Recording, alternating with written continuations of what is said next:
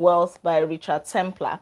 And in this review, in today's video, we're going to review Rule 58 to 62. Now, let's get right into it. Rule 58 says, by all means, use investment professionals, but don't be used by them. There are so many investment professionals out there that are going to promise you so many things. Oh, they can beat the market. You're going to be richer than Bill Gates. You'll be wealthier than Warren Buffett and all the wealthy men in the world. But you really need to be careful, because are you sure the person can deliver on all these promises? So as much as you want to use investment professionals, just make sure that you are not being used by them, because they're also out there to make money, right? And it is advisable that you use investment professionals if you don't know what you're doing when it comes to a particular investment and you don't want to gamble with your money. But then, how can you now do this wisely so that at the end of the day, you don't end up paying expensive fees, expensive consultation charges, and all of those things? So if you want to do that, make sure that the person that you are using is somebody that can be sued. There are some professionals that can be sued if anything goes wrong, right? They can be sued. If you incur losses or your financial life becomes a mess as a result of the advice that they give you, right? But for some that are just freelancing and they just promise you and you take it hook, line, and sinker, it may not be a wise thing to do. So if you want help to put your money in the market without putting much of it in someone else's pocket in the name of financial advice, then keep it simple. Invest in what you know. You can go for something that you are able to track. It is not advisable to dabble into a complex investment that you do not understand. We already established this yesterday. Keep it simple. Do you know real estate? Invest your money in real estate. Do you know a little about shares? Or you know a little about company, a particular company? Buy shares in that company. Because even when it comes to buying shares, it is not every company that you buy into. If you are not sure that that company is going to be worth anything in the nearest future or in distant time, then you may not want to do it. Do you know anything about water business? Maybe you want to invest in that. Do you know anything about clothing business or anything? Maybe you want to invest in that. Just keep it simple. Otherwise, you can engage the service of a professional, but make sure that the professional is not making just empty promises and promising you all sorts. The person is not trying to make money off you, because if you lose your money, you have no charges against such person if such is not included in your contract. Now let's look at Rule 59. It says if you are going to get financial advice, pay for it, right? We just said that, okay, it may be a good thing to get financial advice, to engage the services of a financial advisor if you don't know what you're doing when it comes to a particular investment and you're keen about it and you really don't have the time to learn, to know all the details. But then, what kind of professional do you get? Like I said, get the kind of professional that can be sued. They can be sued if anything goes wrong. Don't just get any kind of professional, and make sure you get a professional that has a membership of a suitable organization that is traceable, that wouldn't want to lose his or her license. And so the person is very, very cautious when it comes to giving you advice. It's not just a freelancer who can disappear into thin air. The person is traceable, the person is trackable, the person's license can be withdrawn if it is found that this person was reckless in giving you advice and it cost you serious pain. There are two types of advisors. Those who stop you making an ass of yourself. Those are the ones you should go for. The second advisors are those who tell you that you have made an ass of yourself, that you have made a terrible mistake after you have done it. They allow you to make the mistake so that they will tell you to bring a lot of money to correct it.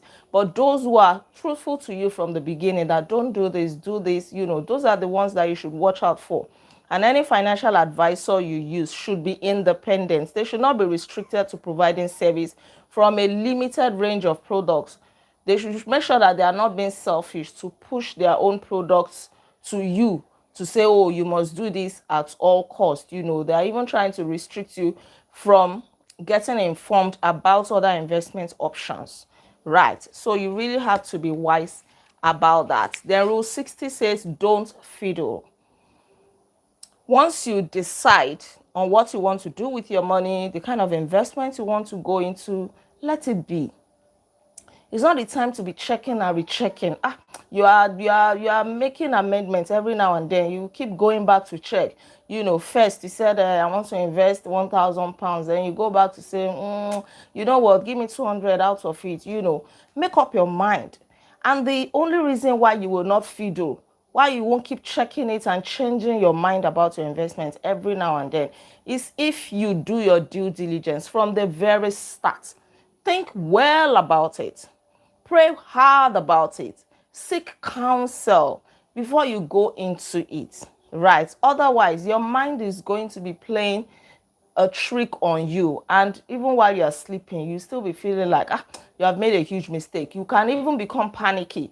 You call your stockbroker, you call your financial advisor, you call your friend. Are you sure we have made the right decision? Are you sure? That's why you shouldn't rush into it. If you rush into it, that is what happens, right? Because by changing your mind every now and then, by saying, oh, I want my money, you first of all said that you're going to leave your money there for 12 months. After 1 month, you become panicky. You say, oh, I want my money. They're even telling you that you are going to lose a part of it, administrative charges, because you are not allowing your money, your investment to mature. You say, don't worry, remove all your charges. That way you lose money. But if you are patient, if you just leave it, it doesn't mean that you will always win, right? That is life for you. You win some, you lose some. But if you're always changing your mind, you're like a jellyfish. You are being tossed about, you do this tomorrow, you change your mind, you do that. You become very unstable. You will even make things worse. Analysis leads to paralysis, yes. There's something called analysis paralysis. You analyze and over-analyze until you become paralyzed in your mind, even in your body. It starts to affect every part of you. So don't be afraid. We all fear unemployment, poverty, financial traps, falling behind, failing below, falling in debt. The author has been there, I'm sure many of us have been there. We are paralyzed by fear into staying in a job for years because you don't believe you could survive outside it. You are afraid of taking that step to start your business or putting your money into that investment. You are just trying to hold back. You are too scared, right? At the end of the day, you are not going to make any headway in life. You are not going to become successful. There are some steps that you just take. You close your eyes and do it. But before you do it, you make sure that you do your due diligence. You are not just jumping blindly. Leaping is acting on all that information, all the information that you can get, like seeking advice, considering the pros and cons, taking your time to pray about it, doing your own research and all of that. And once you decide that you want to take that leap, do it and let it be. If the outcome is good, fantastic. And if it is not so good, you learn from it and then you make a better decision every time. Because if you keep changing your mind, then you're not going to get anywhere. Once you have decided to leap, get on with it. All right. Rule 61 says, think long term. I'm sure we already know by now that if you want to be wealthy, you have to think long term. Of course, there are some short-term investment that you have for money that you need in the nearest future. There are some medium-term investments, or medium-term investments that you're going to have, for money that you need, not in a very short term, but in a medium term, so to speak. And there is long-term investment. It is that long-term investment that make a lot of people wealthy. When you leave your money, you give it time to compound. You give it time to yield for you. Right. So you are not fiddling too much. For you to think long term, you must be somebody that don't fiddle too much, that don't change your mind every now and again. You should be able to leave your money for 10 years, 20 years, and so on. Maybe short-term investments, want to do it for 6 months, 12 months, or medium term, maybe 5 months and all of that. You can have different investments goals. Maybe you are thinking that 5 years from now, your children are going to be in the university. So you want to invest for them towards that time. Your investment will come mature 5 years from now, and then you have enough money to send them to school. But if you are thinking of gaining prosperity, you must think long term. Think like a fly.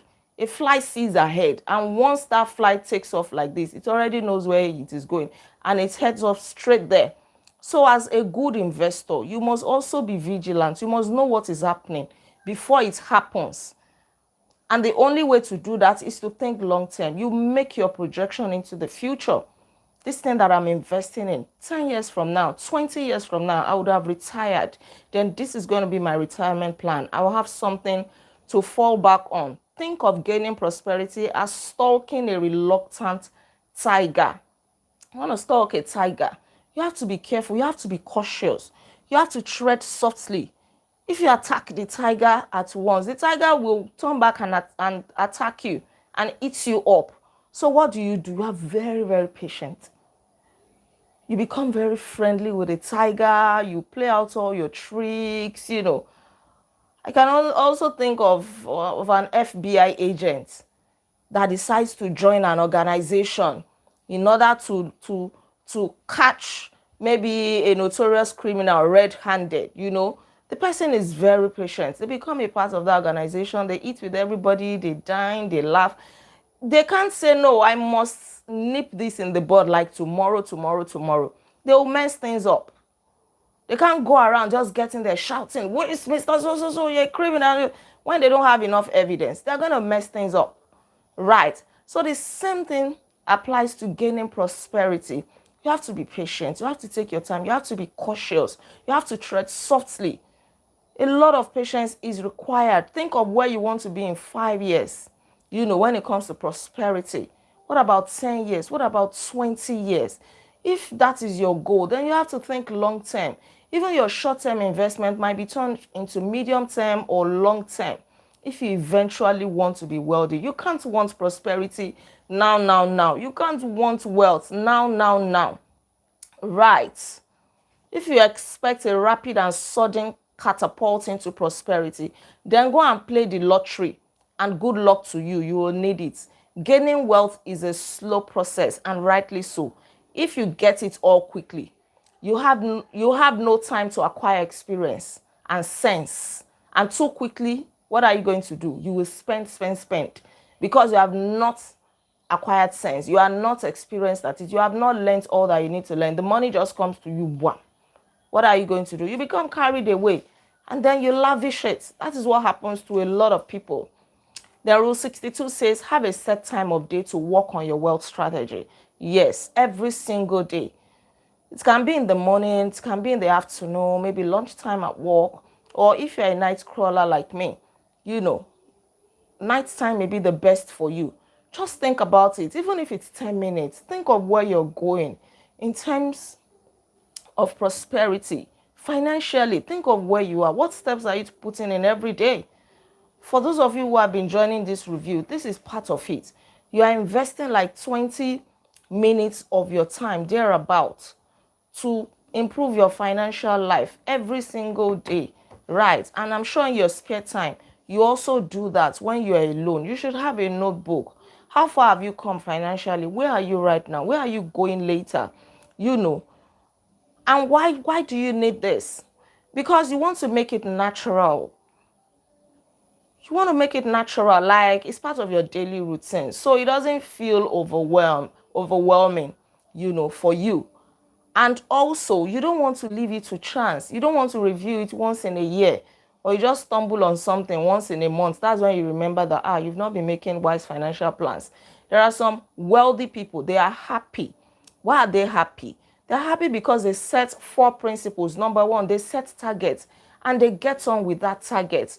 Once they set their mind on something, they go ahead with it. Whether they want to start saving, they want to start investing, they start taking action. Number 2, they don't tinker too much. Once they decide on it, they don't fiddle. They don't start changing their mind every now and then. And for them not to do that, it means that they have done their due diligence before getting into it in the first place. Number 3, they tend to work on their financial planning at the same time of the day. If they choose 10 a.m., then every 10 a.m. they dedicate it to that task. If they choose 11 p.m., 11 p.m. they do that. For some of us, our review time is 9 p.m. Nigerian time. We do that. We come to brush our knowledge, Then they are able to take a break from their financial planning and have a life outside it. That is why they are happy and wealthy. They can also enjoy their lives. They are not so burdened about the fact that, oh, they have to plan their financial life, because they do it every day. So they are not overwhelmed that, now I have to set aside 1 week to do this thing. You box yourself in, and the next time you do that again is 1 year from now. Right. So because they do it regularly, they have a life after it. They can actually enjoy themselves. There are times that they may not even think about it, because it is something they do regularly. So it will just be like taking a break. So bit by bit, things will improve if you pay attention to it. Every single day, make sure that you are working on your prosperity plan. Very, very important. Maybe same time of the day, same time, no matter how short it is, just do it. What are you doing part-time? How much have you saved this month? Month end is approaching. You're going to earn some money. How much do you want to save? How much do you want to invest? You have been procrastinating. I'm going to start. Things are not getting any better. Things are not getting cheaper. You just have to start doing whatever you have to do. And that is just the truth. Start bit by bit. Nobody is saying you should start from the top. Start from where you are. There are some cooperatives like mine, that only requires you to save a minimum of 5,000 naira, for example. No matter how low you earn, you should be able to bring out 5,000 naira every month, and even allow your money to earn some dividend. You should be able to think of an investment that is for low income earners that you can do. If you think well enough, you will definitely see something that you can put your money into. But if you are not doing it, it means that your financial life, your prosperity is not your priority. That is exactly what it means. And you have no excuses. Poverty does not look at your face. Lack does not respect anybody. There are principles that guide these things. If you follow the principles, you will see the results. If you don't follow the principles, life is no respecter of persons. You cannot think that you act anyhow you like, you will live your life to chance, and then still expect results like those who are being intentional. It is not possible. It is not a crime to start small. It is not a crime to do your bit. What is terrible, what is a tragedy, is when you do nothing, when you keep pushing your success forward, you keep procrastinating on it. Time waits for no man. You're not getting any younger. Then the last rule we're going to review today is Rule 63. It says pay attention to detail. For the author, he employed somebody to do it, which is an expensive option. You may not have somebody to help you pay attention to detail, to help you focus on important things, so that you don't miss out on important things. You may not be able to hire somebody to do that. So you need to train yourself to do it. It doesn't mean you write out every single thing. Oh, I went to the toilet. Oh, I laughed. Oh, I talked to this. No. But things that are very, very important to you, that will move your life forward. You need to start paying attention to them. It's unfortunate that a lot of people don't even remember anything. It is only when you remind them that they remember. It is only when you give them a push that they move, So what are some of the details that you can pay attention to? Checking the small print when you want to invest. Read between the lines.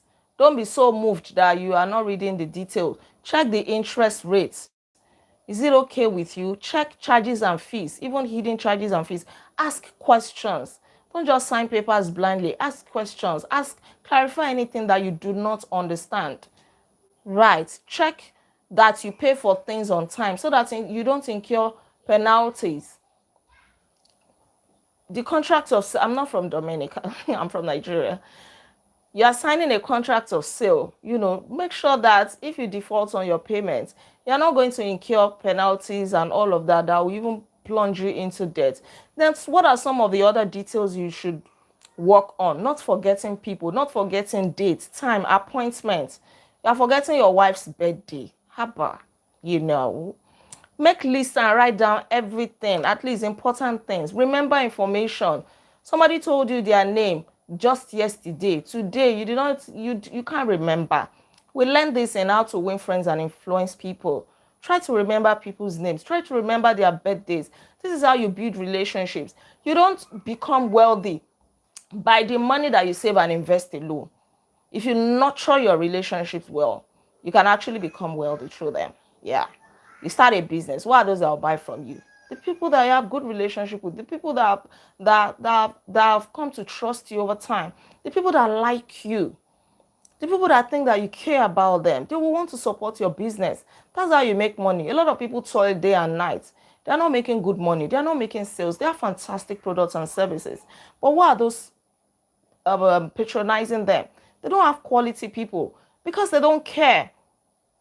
Invest in your relationships, right? It can also bring you money. It can bring you wealth. It can make you prosperous, not just in money, but in spirit, soul, and body, in your mental health. Your relationships can be rich. Wealthy people don't just leverage the money they have in the bank, or they leverage relationships. And that's why they keep getting richer. When they launch a business, what are those that they are going to call? They are rich friends. They launch a book. Somebody will come there. Oh, I launched this book with 5 million naira. Oh, I launched this book with 50 million naira. A book that is probably just 5,000 naira on the shelf. But did they stumble on those relationships overnight? No, they have nurtured them with time. They remember their birthdays. When their children are getting married, they show up, they send them gifts. They call them once in a while. They send them text once in a while, They are there for them. They follow them on social media and things like that. Very, very important. Then you should always remember to ask questions in general. Remember to keep good records of all transactions, purchases, and sales. It doesn't speak well that you made an important transaction. You don't even know where the receipt is.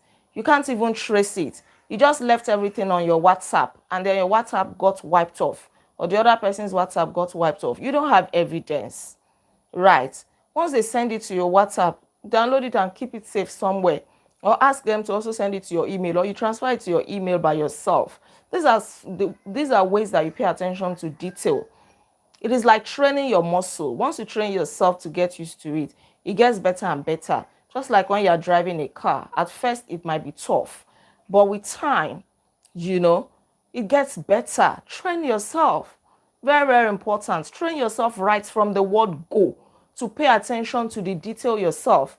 In fact, if you start training yourself, you don't need to pay anybody. You don't need to pay anybody. You will do it. And it's not stressful. It's not complicated. It just requires you to be a little more intentional with the way you're already living and with your approach to life. That is it. All right. Thank you so much for joining me on today's review. Don't forget to like this video, share your comments with me, and please subscribe to this channel in case you are yet to subscribe. I remain Olaide Agbaje, also known as First Lady. And on this channel, I inspire you to live intentionally. I'll come your way again tomorrow. By God's grace. Until then, be intentional. Mr. Gabriel, I don't understand your message. Doctor, provide will not know my home and office address. Oh, poverty will not know my home and office address. Amen. And me too, and me too, and me too. You're welcome. Bye.